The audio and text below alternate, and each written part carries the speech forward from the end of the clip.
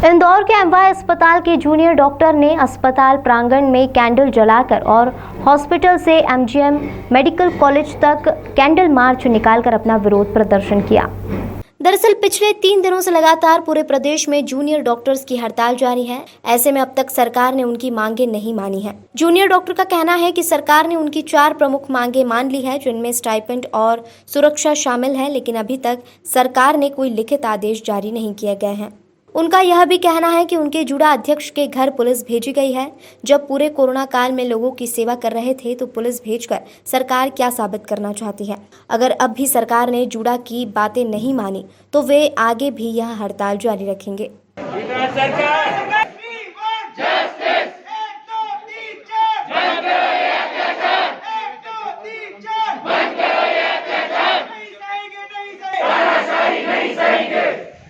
अभी तो अंगड़ाई है, आगे और लड़ाई है। हम लोगों को वोकल होना पड़ रहा है क्योंकि सरकार अभी भी तीसरा दिन खत्म होने को आया है, लेकिन सरकार की तरफ से अभी भी बातचीत की पहल नहीं हुई है।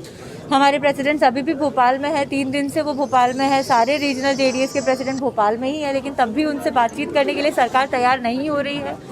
तो इसे हम क्या समझे? क्या सरकार बात ही नहीं करना चाहती है? क्या सरकार को हेल्थ डिपार्टमेंट की, पब्लिक हेल्थ की कोई चिंता नहीं है? मरीजों की बिल्कुल चिंता नहीं है? क्या वो सिर्फ और सिर्फ डॉक्टर्स पे ब्लेम करना ही अपनी नीति मानती है? हम लोग सरकार से यही चाहते हैं कि अगर आपकी तरफ से पहल हो रही है तो आप हमारे जेडीए प्रेसिडेंट्स तक क्यों नहीं पहुंच रहे?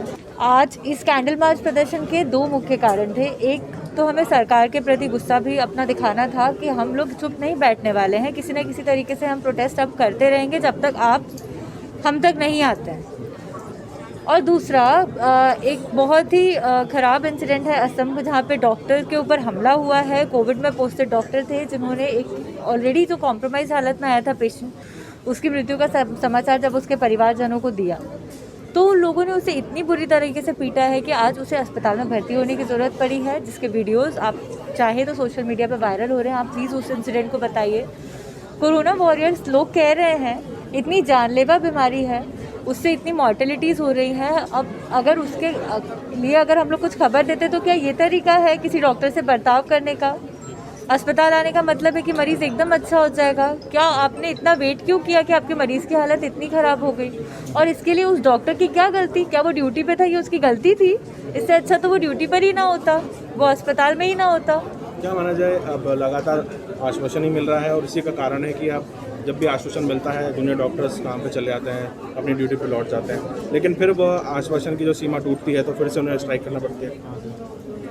हाँ, अभी तक यही हो रहा था। हम लोगों ने उनकी बातों पे विश्वास किया, उनके सारे मौखिक आश्वासनों के ऊपर विश्वास किया कि हाँ, मंत्री ने हमारी बातें सुन ली है, अब हमारी बातों का कुछ निकाला जाएगा, रिटर्न ऑर्डर आएगा। लेकिन 6 महीने से जो बातचीत का दौर चल रहा था, 6 मई को जो आखिरी समझौता हुआ था, उससे भी अब 1 महीना हो गया, अभी तक कोई लिखित ऑर्डर नहीं आया है।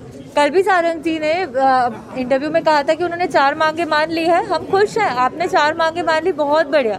आप उसका रिटर्न ऑर्डर दे दीजिए, हम तुरंत काम पे लौट जाएंगे। हमारी बस यही दरखास्त है कि आपने जो मांगे मानी है आप उनका रिटर्न ऑर्डर दे दीजिए, हम वापस आ जाएंगे। पर ये कार्रवाई करना कहाँ तक उचित है? हमने कोई नाजायज़ मांग नहीं मानी है। हमने अपनी सिक्योरिटी और सेफ्टी को लेकर के कुछ मांगे रखी हैं, क्योंकि कोरोना काल अभी और भी बढ़ सकता है, कुछ भी हो सकता है। अस्पताल में मरीज़ और मरीज़ के परिजन इतने ज़्यादा रहते हैं कि हम डेफिनेटली कम हैं। इतनी जानलेवा बीमारी है, परिवार आक्रोशित रहता है, हमारे ऊपर हमले होते हैं। इसको लेकर के हमने सुरक्षा की भी मांग करी थी, जिसको लेकर के अभी तक कुछ भी कदम नहीं उठाया जाता है। अगर ऐसे परिस्थिति में भी सरकार को दमन करना ज़्यादा उचित लगता है तो हम तैयार हैं।